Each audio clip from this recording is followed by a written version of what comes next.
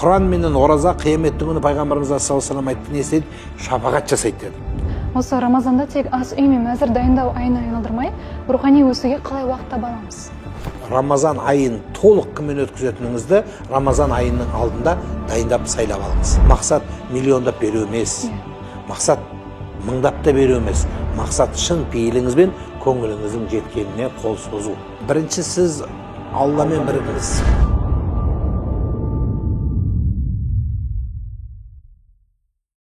Ассалаумағалейкум, сіз қош келдіңіз. Уағалейкумассалам. Уақыт арнайы бізге тауып келгеніңізге көптен көп рахмет. Қалай жеттіңіз? Жақсы, шүкір, рахмет, Алла разы болсын. Біздесіз, Рамазанға бір ай қалғанда ішкі дайындықты неден бастау керек? Және сананы жай ашығудан рухани трансформацияға қалай бұрамыз? Рамазан ең бірінші Алланың әмірі, Құдай тағаланың парызы. Бұл арықтау үшін, бұл елден ұялып, бұл біреуге еліктеп, біреу ұстады екен деп қоса ұстайтын дүние емес.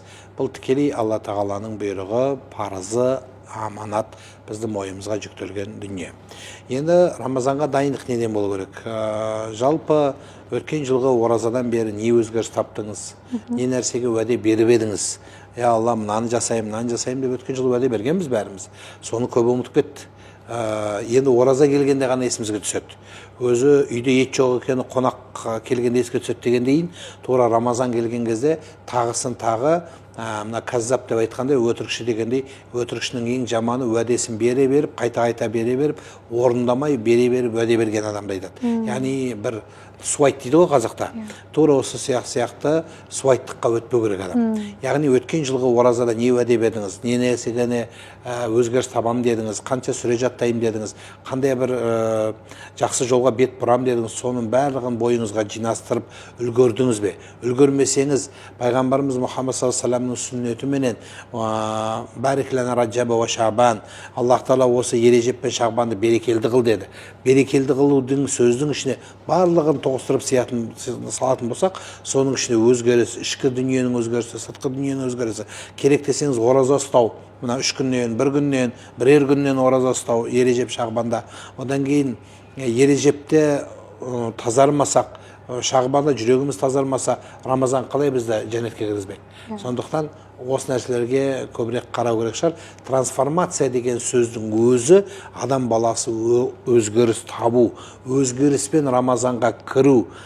Біз Рамазанның ішіне өзгереміз деп ойлаймыз да, көзімізді ашып жұмғанша ауыз ашары бар, қонағы бар, өзіміз бір басқа сипатта жүріп, Рамазанның өтіп кеткенін білмей қаламыз. Сондықтан Рамазанға ерекше бір дайындықпен, мысалы, үйіңізге қонақ күткенде қандай дайындық болады сізде? Көмектесін, ыдыс дайындайсыз, үйіңізді жуасыз, өмірі жуылмаған жерлерді, шаңдарды сүртесіз. Құдды сол сияқты Рамазанда да солай болу керек. Шағбан айында нәпіл оразалар мен құлшылықтарының ағзаны және рухты бейімдеудегі рөлі қандай? Рамазан үлкен оразаға дайындық болады. Яғни машығу, соған дайындалу, тренировка. Кәдімгі мынау кейде жүгіретін адамдар, спортсмендерде жүгірмей, орында секіріп ары бері бүйтіп тұрады ғой. Шағбан, ережеп шағбан тап солай, орында дайындалу. Анау қолын бүйтіп салып көру, Рамазанда нәрсені дайындап көру, Рамазанға бүйтіп тұрып, ауыз ашатын нәрсені бүйтіп, ауыз ашарға дайындаған сияқты дайындап қою, сол Рамазан болады. Осы Рамазанда тек ас үй мен мәзір дайындау айына айналдырмай, рухани өсуге қалай уақыт таба аламыз? Рамазанды кіммен өткізесіз, соған қарау керек. Рамазанда қай жамағатқа жақын боласыз? Сіздің тұрған үйіңізден, сіздің араласатын адамыңыздан, тіпті WhatsApp группада, қай группада барсыз? Қазіргі өзі бұрынғы адамдардың бір кім екенін білу үшін айнаға қарап, бәлен деген мотивация болушы еді. Қазіргі замандағы адамдардың құнын оның қолындағы телефоны шығарып береді. Телефоныңызда не бар, сіз солсыз. Телефоныңызда не көресіз, сіз солсыз. Сондықтан сол Рамазан айына дейінгі Рамазан айын толық кіммен өткізетініңізді Рамазан айының алдында дайындап сайлап алыңыз. Үй шаруасы мен құлшылық тепе-теңдігі жайында айта кетсек, яғни тұрмысты қарбаласты азайтып, басты назарда иманға бұру жолдары қандай? бұл жерде әр адамға әр қалай болады. Кейбір адамдар болады, ораза ұстаған екен деп, таңның атыстан кештен басқа дейін ұйықтап, немесе таңның түні бойын құлшылық қылдым деп, ертесі күні сабағына қалып біздің кейбір жастарымыз, немесе әйел кісілер күйеуінің қызметін қарамай, еркек болса әйеліне қарамай, жамағаттан жамағатты қолап кететіндер де бар. Айтпақ болғаным, әр нәрседе орта жақсы. Пайғамбар саллаллаху алейхи ва саллям ортаны жақсы көрген. Яғни ортада болу. Мынау әсіре діншілдік деген ұлтымызда бір сөз бар. Шектен шығып кету. Құранда аят тұр. Инналлаха юхиббул муътадин. Алла шектен шығушыларды жақсы көрмейді дейді. Шектен шығуды түгел барлық жағынан қамтитын болсақ, яғни таңның атысы, кештің батысы не отбасына көңіл бұрмай. Мысалы, осыған мысал келетін мына көкпар. Көкпардағы адамдар, көкпар жақсы нәрсе. Ұлттық құндылық, спорт, денсаулықтың шыңдалуы, табиғатымыздың көтерілуі, аттардың қиыншылық жағдайға дайындалуы, әйтеуір не керек, пайдалы дүние көп. Бірақ бала шағаны тастап, жанұяны асырауды қойып, таңның атысынан кештің батысы арман қуып, қиял қуып, атты құшақтай берсеңіз, сіз сауап емес, күнә табасыз.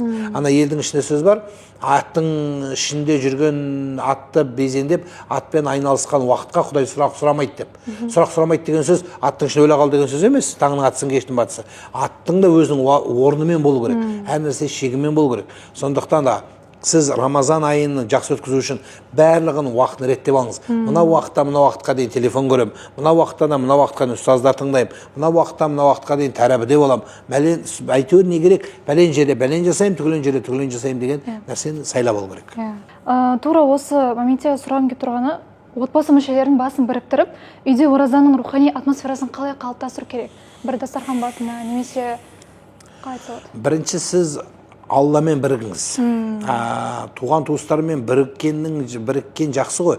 Бірақ біздің бірігуіміз көбінесе белгілі бір мүдде үшін, меже үшін болмау керек. Шынайылықпен болу керек. Алланың қойған заңдылығымен болу керек. Мысалы, кейбіреулер бірігеді, жылда елден қалмайын деп, ауызашарға дейін дүние алады, мебелін ауыстырады. Өткен жылы мына мебел болған, енді биыл мына мебел болмайды, басқа мебел алуымыз керек. Өткені келгендердің бәрі бізге қарап отырады ғой. Олар сынап кетеді деп, әйелі күйеуін миын жейді, күйеуі қарызға батады, кредитке батады, бәрі қатты дайындалып, бала шағаға дейін айтылады. Ойбай біреу келе жатыр деп. Жоқ, олай болмайды. Сіз сонда ойыңыз Аллаға жағыну ма, адамға жағыну ма? Ағайынның басын қосу деген сөз риясыз, шынайылық, қолыңнан келген, қарызға батпай, біреуге салмақ салмай, міндет қылмай, мен шақырдым, ертең сендер де мені шақырасыңдар деген ойды қоймай жасалса, сонда ғана ағайынның басы қосылған болады. Қасиетті айда Құранды толық оқып шығу үшін алдын ала жоспарлау және зейінді дайындау тәсілдері қандай? Құранды оқу бұл Алланың кәләмі. Өзі Құран кәрімде Рамазан шахру Рамадан аллази унзила фихил Құран. Рамазан айы сондай ай, бұл Құран түскен ай. Құран менен ораза қияметтің күні пайғамбарымыз саллаллаху алейхи ва саллям айтты, не істейді? Шапағат жасайды деді. Шапағат етеді деді. Ал енді сол Құран шапағат етеді қашан? Сіз сол Құраннан бір қасиет, бір аят бойыңызға сіңдіру керексіз. Құраннан оқыған бір аят өміріңе жүзеге асу керек. Бір күнәңізді қалдырып, бір күнәңізді сол жерге көміп, бір нәпсіңізді жеңіп, бір жақсылыққа бет бұру керексіз. Бір кісі керемет шашлик кабап пісіріп жатыр екен. Соны өтіп бара жатқан біреу айтады дейді, жегісі келіп иісі. Соны ай таныс екен, алыңыз десе, ақшам жоқ деп айтады. Ақшаң жоқ болса кейін бересің, жей бер десе, шыдаймын мен депті. Мен шыдаймын, бергеніңде, бергенде әйтеуір бір бересің деген екен қарызыңды. Сөйтсе дейді, мен сенің нәпсіңді шыдатқанша өзім жемей шыдайыншы деген екен.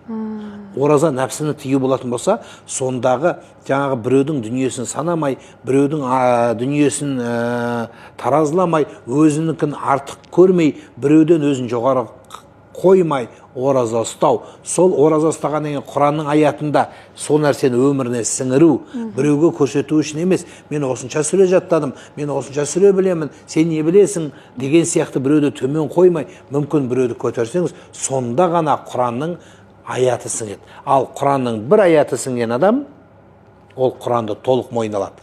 Өйткені Құранның бәрі Фатиха сүресінде, Фатиха сүресінің барлық қасиеті оның бірінші аятында, бірінші аяттың барлық Құранның жиынтығы әлхамды сөзінде, Құдайға шүкір сөзінде.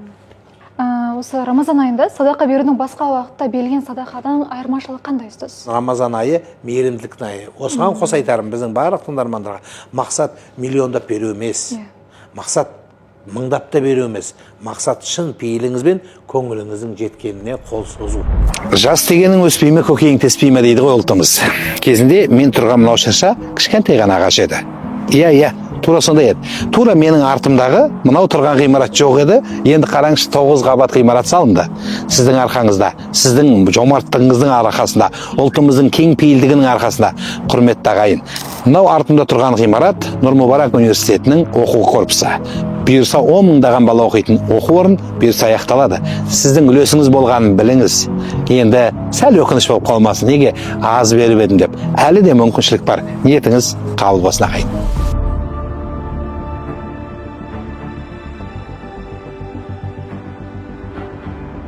Егер Рамазан айы сол садақаны, нәпілді үлкен дәрежеге көтеретін болса, мен сөзімді айтып кеттім ғой, орны тауып берілсе дедім. Қазір өзі садақа сұраған адам да көп, көшеде де көп, үйде де көп, әлеуметтік желіде көп. Әйтеуір не керек, сұраған адамдар көп. Енді соның ішінде хадисте де келген, орны тауып берілген садақа сұрап болмайды деді. Әйтеуір садақа десе бәріміз біздің халық өте ақкөңіл, берешең, жомарт халық. Бірақ қолы жомарт болған адамдарымыз да ойланып, орныменен тыңдап, қарап, көзімен көріп, зерттеп берсе екен. Соның біреуі біздің Алматы қаласындағы салынып жатқан Нұр Мүбарак университетінің құрылысы. Бұйырса аяқталады. Бұрын соңды болмаған Орта Азияда университетті халық болып, ел болып салған тұңғыш ғимарат десем айтса аламын. Яғни бұл халықтың жомарттығы, халықтың кең пейілдігімен салынып жатқан дүние. Құдайға шүкір осы мүмкіншілікті пайдаланып, барлық біздің қазақ халқын, қара көздерімізді, жалпы мұсылмандарды Алматы қаласына салынып жатқан осы Нұр Мүбарак университетіне қайыр садақаларды, зекеттерді, пітір садақаларды, әйтеуір осы қолыңыздан келгенді Нұр Мүбарак университетіне берсеңіз, осы жерде құрылыс аяқталып, мыңдаған шәкірт оқыса, сауабы сізге, сіздің ата-бабаңызға сөзсіз барады. Қазақта аунап түсті дейді ғой, аруаққа бір сауапсы. Аунап, тоқтай алмай, аунаған күйде жәннетке кіріп кететіндей сауап болады деп айтып келемін. Иншалла, Аллах нәсіп етсін. Қазіргі таңда рухани кедергілердің бірі бұл қазір цифрландырған смартфонға тәуелділік болып тұр. Осы орайда әлеуметтік желілермен шексіз контент оразаның берекесін қалай ұрлайды? Осы Рамазанға дейін цифрлық оразаға қалай дайындаламыз? Рамазан айында жалпы уақытымызды қазір таңның атысы кештің батысы уақытта береке қалмай қалды. Осы уақытты жүйелеу үшін адам баласы ең бірінші уақытқа бір сағатты бөлсе екен деп есептеймін. Ең қастерлі уақыттардың бірі бізде таңның атысы және кештің батысы. Осы екі уақытты біздің қазақ халқы ерекше беймезгіл уақыт деп айтқан.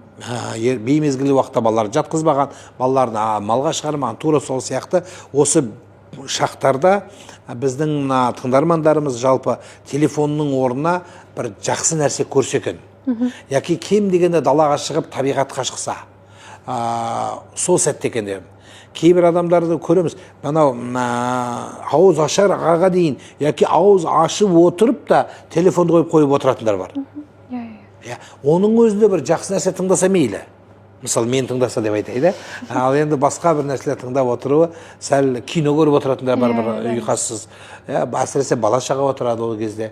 Бұл сәл бейәдеп, енді мұсылман адамға қайтарылған дүние шығар. Сәреге тұратын уақытта сәреден ішіп аласың ғой, және де одан кейін таң кіреді. Таңнан кейін таң намазын ұйықтап қалатындар өте көп бізде.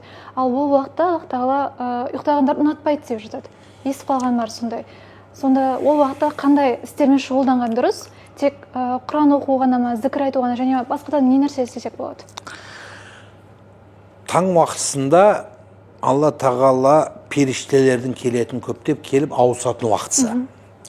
Сондықтан бұл уақытта періштелер ауысып жатқан шақта адам баласы Алла қойған таң намазын оқып, Алла таңда кешке елшісі айтқан таңда кешке айтылатын зікірлерді айтып, кем дегенде таза табиғатқа шығып, жақсы адамдармен сөйлесіп, әйтеуір не керек жақсы амалда болады. Біздің қазақ халқында ерте тұрған еркектің ырысы артық болып, ерте тұрған әйелдің бірісі артық болатын шақ нағыз осы шақ. Сондықтан да айтпақ болғаным, біздің осы тыңдармандарымыз егер сүре жаттамаған болса, мысалы намаз оқымайтын адамдар да көп қой, сол намаз оқымайтын адамдарға кішкене бір бет бұрып бір сүре жаттаса екен, өзінің ата бабасына өзі Құран оқып өзі бағыштайтын халге жетсе екен. Қыс уақытысы ғой қазір. Қыстың уақытысы келгенде, қыс мезгілі, сахабалар қош келдің, түндерін ұзақ ғибадатпен өткізетін, күндіздерін оразамен өткізетін күндер деп қуанады екен.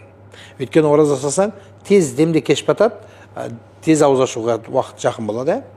Осылай айтады екен.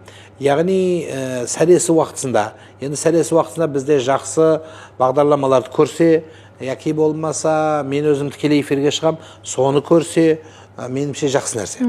Ал білмеген ілімді үйреніп бір жақсылыққа бет бұруға себеп болады. Бұдан қалды жаңағы бітпейтін бас аяғы жоқ сериалдарды көру, немесе таңның атысы кеш тек қана бүйтіп телефонның бірінші бетін свайп етіп тикток бетіне, немесе әлеуметтік желіде рилстарды көре бергенде тұрған жақсылық қалып келмейтін сыңайлы. Тіпті бүйтіп айтайын, осы мүмкіншілікті пайдаланып, ең болмағанда рилс көретіндеріңіз мейлі таңда кешке телефоннан шыға алмайтындар, сол телефондағы жақсы сөзді жазса екен деп ойлаймын. Өмірлік бір нұсқа қылып, өзіне бір жақсы сөз қылып, әрбір сөзден жазу арқылы біліммен бекітіліп жазғаны жүрегінен орын алса екен деймін. Осы көбіне ауызашар мәзірі ысырапқа айналып кетіп жатады. Дастархан мол болсын дейміз. Ауызашар дастархандағы нәпсі таңдауын қалай тыямыз? Негізі дастарханды бөлік қарағанымыз дұрыс шығар. Қазақ халқының дастарханды мол қою ол оның пейілі. Мен ысырапқа жатқызбаған болар едім. Жылына бір келетін оразада барын дастарханға қойып, аста төк дастархан жасайды. Өзі қонақта ысырап болмайды. Біздің әсіресе қазақта ысырап болмайды. Неге? Өйткені біз жейміз, жегеннің қалғанын дорбаға салып беріп жібереміз. Бәрі сал болып кетеді ғой. Ең соңындағысын жаңа мысалы мейрамхана болса, официанттар өздері отырып, бөліп жейді, ауыстырып жатады. Тіпті мен кейбір мешіттерде өзім бас аяғында жүріп, ас беретін қатынға соқтым. Соның ішіне мен сізге айтайын, сүйегін салып алатын адамдар бар. Итіме беремін деп. Қайда ысырап? Сондықтан, кейбір жерлерде ысырап бар. Оны жүйелеп, сол жердегі азаматтар қарау керек деп есептеймін. Ал енді үйдегі дастархан. Үйдегі дастарханға келген адамға біз енді бүйтіп бірдеп әр адамға екі бауырсақтан, әр адамға бір қампиттен, әр адамға бір қасықтан қойғандай бір системнен қоятын болсақ, біздің дастархан қазағымыз қайда қалады онда? Меніңше біз көңілге қарай жасағанымыз дұрыс шығар. Адамның көңілі дұрыс болса, яғни сіз сондай дастархан жасағаныңызды келген адамдар көңілімен қабылдай ала ма? Ертең күні той түкке жармаған, бүйтіпті ғой, сөйтті ғой, сараң бопты, шайбай бопты деген сияқты сөзге қалмаса екен деймін. Таудай жақсылық жасап отырып, кейде біреудің сөзіне ренжіп қалатын әдетіміз бар ғой біздің. Сондықтан да бұны жүйелеген меніңше дұрыс болады. Тым қатты ел жемегенді қойып, біреуден асып-сып, қарызға батып, кредитке батып, дастархан жасау дұрыс емес. Түбегейлі дұрыс емес. Бірақ шамаңыз жетсе, Алла рұқсат берген дәмнен елдің алдына қойғып қызмет жасағанда тұрған меніңше еш нәрсе жоқ. Ал кешкі ауызашарларды келетін болсақ, ауызашардың кезінде біз негізі пайғамбарымыз саллаллаху алейхи ва саллям Мұхаммад саллаллаху алейхи ва саллям бүйтеді ғой, суму тасиху, ораза ұстасаңыздар ем табасыздар дейді. Бірақ біздің көп адамдар ем таппайды, ауру табады. Неге? Өйткені біз пайғамбар саллаллаху алейхи ва саллям айтқандай, кешке ауыз ашқанда азырақ жеп, сәресінде көбірек жеуіміз керек. Бізде тескерісінен болады. Кешке тойып жейміз да, сәресіне тұра алмай қаламыз. Тіпті кекіріп, кешегі тамақ қорытылмаған, мантыға дейін аузыңа келіп, жүрек айнып отырады. Артынан боржом ішесіз кешке дейін. Бұл қалай болады? Біз салмақ тастаудың орнына салмақ жинайтындар бар көп адам. Сондықтан меніңше тіпті кешке анау мешітте тәрәбі оқығанымызда тәрәбідің өздері оқидан ырсып тойып алған. Сондықтан бір жүйелеп қараған дұрыс шығар деп есептеймін. Осы қасиетті айда ораза ұстай алмайтын жандар болады. Осы айда өздерін бір шеттетілгендей сезінеді. Мысалы, осы ораза ұстай алмай қалдым, сауабынан айырылып қалдым деген сияқты болып жатады ғой. Ораза ұстауға денсаулығы жоқ адам Рамазан берекесін қалай үлес алады? Құранда аят тұр, Бақара сүресінде, кімде-кім ораза ұстай алмаса, жолда болса, әлсіз ауру болса, фидияту тоғамы мискин дейді. Бір адамның қарын тойғысын дейді, фидиясын берсін дейді. Енді фидияның құнын Қазақстан мұсылмандар діни басқармасы қаражатпен шығарып береді. Шамаңыз жетсе, сіз сол қаражатты орнын тауып, мысалы біздің Алматы қаласынан Нұр Мүбарак университетіне фидияны қайда аударам дегендерге осында аударса болады. Аударса бұл жерде фидиясына дұға қылынады, сөйтіп оразаның онда құтылады бұйырса. Алла шипа берсін деп айтқым келеді. Ал енді ораза ұстамаған адам ауызашарға келмесін, енді ол ауырып жүр ғой, енді қалай келмесін. Онда оны бәрін қуып шеттете берсек не болады? Жоқ, олай емес шығар. Сол жерде бір жақсы сөз айтылады. Маған бір кісі бүйтіп айтқан, көп өтіп кетті. Мен намаз оқымаймын дейді. Жұма намазды оқымаймын. Бірақ маған сіздің уағызыңызды тыңдаған ұнайды. Тек қана жұма намаз тыңдасам бола ма деді. Уағыз. Мешітке келемін, тек қана уағыз тыңдаймын деді. Жарайды, келіңіз дедім. Содан мен бір жұма келді, 2 ай келді, 3 ай келді. Бір күні қарасам, енді елдің бәрі былай кіріп жатқанда ол шыға алмайды ғой намазда. Содан өзі де ұялып, бір Құдай жүрегіне Құдай хидаят қылып, бір сөзден, бір кішкентай шырпыдан өрт шығады дейді ғой. Бір кішкентай сөз оның жүрегіне әсер етуі мүмкін. Сонымен қазір 5 уақыт намазда ол кісі. 5 уақыт намазы. Сондықтан да қайта келіп уағыз тыңдасын, сіз айтқан сөз тыңдасын, сөйтіп жүректеріне иман көтеріледі. Біз түрткенді қоюымыз керек. Неге біз уағыз айтқанда біреудің арына, намысына тиіп айтамыз? Адамды мейіріммен, жақсылықпен баурауға болады ғой. Неге оны төмен түсіруіміз керек? Мейлі ол қандай күнәһар болса да, Алланың алдында әркім өз есебі бар. Сондықтан мейірімділікті көбірек үйреткеніміз шығар. Тіпті үйретуіміз керек шығар. Тіпті айтқан болар еді, мынау атеистпін дегендер де келсін. Біз тек қана мысалы айтайық, қасиетті Мекке харамға территориясына бұрын жазу тұратын, әлі күнге дейін жазу күйінде қалды. Тек мұсылмандар ғана кірсін деп. Қазір кешіріңіз, кез келген ұлттар кіріп жатыр. Тіпті бір жыныстылар кіріп жатыр. Оны кім қарап жатыр? Біріншіден, оның кімнің ақысы бар? Қайта мүмкін сол хидаят беретін шығар. Мүмкін сол сөз жерде оған керек шығар. Біз үйтіп шеттей беретін болсақ, пайғамбарымыз саллаллаху алейхи ва саллям не бір жауыз, не бір оңбаған адамдардың ішіне кіріп, ей оңбағандар, айуандар деген жоқ ешқайсына. Қайта мейіріммен тартып, сахабалар солардан шықты. Ерлігі. Сондай қылмыскерлерден шықты. Сондықтан меніңше мейірімдік танытуымыз керек. Дастарханға келсін, тыңдасын, отырсын, үйренсін, жаман нәрсе емес. Біз оның үстіне бір қоғамға, ұлтқа зиянды сөз айтатын емеспіз ғой. Бізде бәрі ашық, сондықтан келсін, көрсін. Аштық кезіндегі ашу мен стрессті ақылмен басқару, яғни сабыр мен төзімділіктің психологиялық тектіктері қалай болады? Осы орайда мысалы айтамыз ғой, яғни атеисттер келеді деп жатсыз, өзге дін өкілдеріне қалай сабыр сақтап, немесе қалай көркем мінезділік танытуға болады? Ислам дінімізде ең бірінші жоғары орында тұратын бірінші иман, сенім, екінші орында тәлім тәрбие тұрады. Білім тұрмайды, ғибадат тұрмайды, мәдениет тұрады. Ораза ұстаған адам мәдениетін түзеу керек. Ал өзі хадисте де сол тұр. Лайса сияму минал акли ва шурб. Оразадан тек қана жеп ішуден тыйылу емес деп анық айтылған, кәдімгі тайға таңба басқандай айтылған сөз тұр. Ораза деген тек қана жеп ішуден тыйылу емес.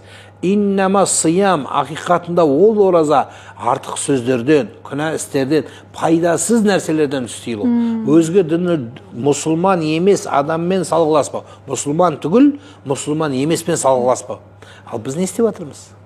Сондықтан ораза сізді дайындау керек. Рамазания болып тадыңда, рамазандық болып шығуымыз керек. Рамазанның ішіндегі адам болып шығуымыз керек. Тек қана бір айда бір-бірімізге қарап, мейірімді болып, ва рахматуллахи ва баракатта басымыз жерге тигенше сәлем береміз. Оразадан кейін бір-бірімізді көрмей кетеміз. Бұл қалай? Сондықтан біз өзге дін өкілдерін де шақыра білуіміз керек. Осындайда келсін, ауызашарымызға қатыссын. Бармасаң, келмесең, жат боласың деген сөз, бір-бірімізбен араласпасаң, дінсіз боласың керек десең. Жалғыз өзің жердің астына кіріп жатып алсаң, не елмен аласпасаң, жұртпен аласың. Өкінішке орай, қазір радикалды жол ұстаған қаншама жастарымыз тек қана өзі сынды. Мен елдің ішінде жүргенде көп айтады маған. Мынау біздің бауырымыз мешітке барды өзгеріп кетті. Не істеді? біздің тойымызға келмейтін болды. Арақ құясың ба десем жоқ дейді. Біз сендердікі арам ба, адал ма, отырып алып ананы түртіп, дастархан түртіп, мынау адал ма, мынау арам ба деп бірін түртетін. Бұл қайдағы ағайындық болады бізде? Қандағы бауырмашылық болады? Бір-бірімізге мен арам же деп тұрған жоқпын, дұрыс түсіну керек. Бірақ басқа да жол көп қой. Мейірімділік арқылы. Мына ағайынға келгенде, туған туысқа келгенде, мына қабақтарын ашса екен деймін. Біздің қабақтарымыз, маған бір анамыз келіп айтып еді, өзінің анасына дейін қабақ ашытқан балалары бар. Әкесінен. Бұл қайда? Сонда оны көрген сырттағы бір адам, діндерің осы ма деп айтса, не айтамыз? Үйренген иманың, исламың осыны үйретті ма десе, не жауап болады бұндайға? Сондықтан ораза сізді кәдімгідей түбегейлі өзгертіп, бауырмашыл, ағайыншыл, ұлт жанды, бүкіл елдің қамқоршысы қылып көрсету керек. Ораза әр адамның жеке құлшылығы, бірақ осы себептен де кейбір адамдар мен оразамын деп жанындағы адамдарға кедергі келтіруі мүмкін. Мысалы, осы әке шешесі үй шаруасымен алыс жерге жұмсаса, мен оразамын, мен шаршап тұрмын деп айтуы мүмкін. Осындай кісілерге не айтасыз? Яғни қандай үндеу жолдар едіңіз? Кейбір адамдар ораза ұстағанын алға тартып, жұмысын әлсіретіп, оқушылар сабағын әлсіретіп, дәрісте ұйықтап қалып, сәресін іштім, сәресіне тұра алмадым, яки болмаса тұрдым деп сабағында есінеп, жұмыстан қашып, немесе өнімдікті азайтып жүрген азаматтар бар. Сол оразаменен міндет қылу деп айтам болады.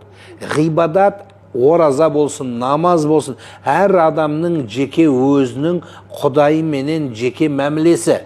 Сіз көшеге шығып, мен оразамын деп машинаңыздың алдартына жазып қойған адамды көресіз ба? Көрмейсіз. Неге жазып қоймаймыз? Ақыры елге айтады екенсің, мен жұмыста сабақты оқимын, но біздің оқушылар әсіресе школына сумканың сыртына бояп, я сегодня ораза деп жазып қоймаймыз ба? Киімімізге сондай жазу. Неге оны істемейміз? Ақыры істегеннен бәрі көрсін да? Рас олай істеу дұрыс болмайтұғын болса, оны аузымен де біреуге айтып міндет қылудың қажеті жоқ. Кейбіреулер міндет қылып, мен оразамын. Мен оразасызсың айтайын. Ол сенің шаруаң. Ол міндет қылмай. Содан кейін ораза ұстағандар өзін ораза ұстамағандардан жоғары көріп жүргендер бар. Қайдан білесіз сіздің ақырыңыз немен аяқталатынын? Атеистің өмірі немен аяқталып, діндар болып жүргеннің аяғы немен бітетін Құдай біледі. Екеуінің түп ақыры қай тұста болады, қандай амалдың үстінде болады, қандай иманның үстінде болатын, оны Алла ғана біледі. Сол үшін атам қазақ осы сәтте Құдай ақырын оңдасын деп айтқан. Бұл ғажап сөз. Ақырымызды оңдасын біздің. Бүгінгі күніміз ана ораза ұстадым, намаз оқыдым деп санай бермей, тәспіге салып мақтана бермей, біз қайта ұлтты азаматтарды, мейлі дінсіз атеист болсын, ораза ұстасын, ұстамасын, садақа берсін, бермесін, ұлттың басын үйістірсақ, біз алға дамимыз. Тарауих пен тағажуд намаздарына физикалық дайындық қалай болу керек? Осы ұйқыны дұрыс реттемей, күндізтегі ұйықтамай өткізудің қаупі бар ма? Және сапалы ұйқы мен сапалы құлшылық тепе-теңдігін қалай таба аламыз? Қалай байланыс ұстай аламыз? Ұйықтау керек. Күндізді ұйықтау керек, ешқандай мәселе жоқ. Адамның әлсіреген болса, енді оразаның бас аяғы бір 3-4 күнге дейін адам баласы әлсірейді, белгілі бір анау сарын дейді, қазақта кәлия дейміз орысша. Сол сарынға түскенше адам кішкене былай ойнақтайды. 3 күнде тамақ ішіп жүрген іше алмайды, есінейді, күші кетеді, әлсірейді, тамақты иіскегісі келеді, қайта ас үйге барады. Бұл болады барлық адамда. Бірақ айтпақ болғаным, сол 3-4 күннен кейін барып бастап адамда бір тазалық бола бастайды. Сол жүйеге түскенше адам өз-өзін күту керек, сақтау керек. Кейде тамақтың иісін иіскеп макрух деп айтылады бұны. Макрухқа бармау керек. Шама келгенше, былай ғой, оразада үйренген, жинаған барлық жақсы қасиет қалған 11 айға сізге жетіп беру керек қой. Оразаның мағынасы сол. Бір ай бойы жиналған жақсы қасиетіңізді 11 айға сарыптауыңыз керек. Кейбіреулердікі 11 ай тұрмақ, екінші айттың күні бітіп қалып жатыр. Үшінші айттың күні. Сондықтан бұл оразадан не үйренді деген сөзді болады. Осыған қоса айтып кетерім. Мына сенің оразаң қабыл емес, намаз оқымасаң қабыл емес, бәлен қылмасаң қабыл емес деп айтып жүргендер бар. Біріншіден, қабылдайтын сен емес, қабылдайтын Алла Тағала. Сондықтан да Алла Тағала қабылдаушы болғандықтан біздің ортаға түсіп, сенікі қабыл емес деп айтуымыз күнә. Рамазан соңында қандай нақты рухани нәтижеге жетуді көздеуіміз керек және ол қасиетті қалай сақтап қаламыз? Көбінесе бізді түзететін, бізді әдемі бір сипатта сақтап қалатын дүниенің біреуі ол көпшілік, орта. Мен айтқан болар едім, оразадағы жақсы қасиетіңізді ұстап қалғыңыз келсе, оразада кіммен жолдас болдыңыз, сол кісілерден қол үзбесе екен деймін. Бұл бірінші қадамы. Мысалы, сіз оразада қалмай тәрбиеге барып жүрдіңіз. Енді намаз оқымайтын адам деп айтайын, әшейінде. Сонымен оразадағы тапқан, енді мешітте саппен тұрып, күнде біреумен амандасып, оңында солында амандасып жүрді ғой. Енді сол адамдарменен қатынасты үзбесеңіз, онда сіз оразадан кейін де сол адамдармен ары қарай үйренуіңізге себеп болады. Қасыңыздағы адамнан бізде көбінесе біреуге көрсетіп оқитындар, бұл балада болады. Бала кезінде намаз оқығанда әкесіне көрсеткісі келеді, анам көрсін деп оқиды. Баланікі рия ма? Рия мақтаныш. Бала мақтанып істеп отыр ғой. Бірақ сөйтіп барып түбінде қойып кетеді бала.